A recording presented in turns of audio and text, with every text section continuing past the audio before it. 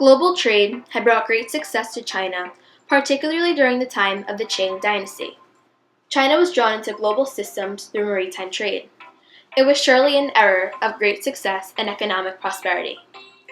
Chinese workers had produced vast quantities of silk, porcelain, and lacquerware, and even tea for consumers in the Indian Ocean basin. These items were greatly found to be wanted among many. There were relatively few imports. The main spices had come from Malacca, and some exotic products, such as birds and other animals, had come from tropical regions in that area. Not only that, but small quantities of woolen textiles also came from Europe. These few imports were allowed to come in and implemented a highly favorable balance of full-scale trade with the Europeans. The compensation for exports had come in the form of silver bullion, which had supported the silver-based Chinese economy and fueled manufacturing. This commercial expansion had taken place in a tight government regulation. The Ming Emperor Yongle had sought to establish Chinese presence with the Indian Ocean basin, and he had also sponsored 7 massive maritime expeditions from 1405 to 1433, led by Union Admiral Zhang He, a great Chinese explorer and fleet commander. He was indeed best known for his treasure ship voyages to India. His rulings implemented economical growth as well as commercial expansion. The fleets included as many as 317 vessels and 28,000 men.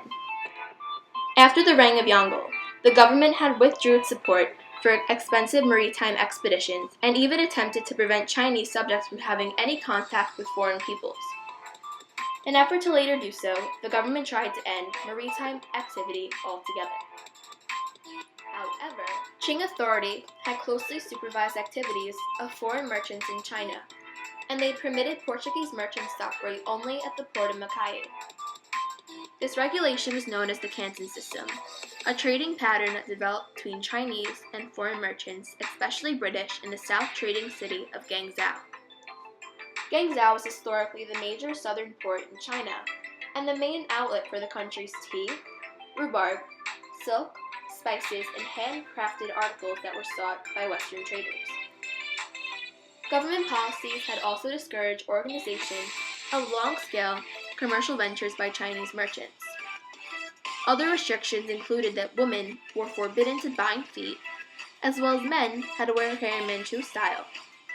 Furthermore, there was Confucian law with a male-dominated society. And since the Chinese were resistant to Manchu rule, they had to be forced to do the things that they had to do, including not being able to marry, and like I said before, having a male-dominated society, not wearing their hair in a certain way, and not being able to bind their feet.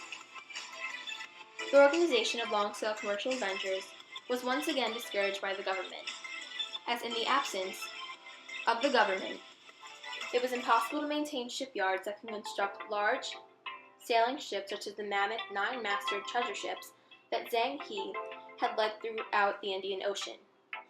Similarly, it was impossible to organize large trading firms such as the English East India Company and the Dutch VOC. These companies were funded by private investors and would have over time eventually meant that the British would eventually control all of India. That was indeed what these companies did, and China was not able to do just as they were.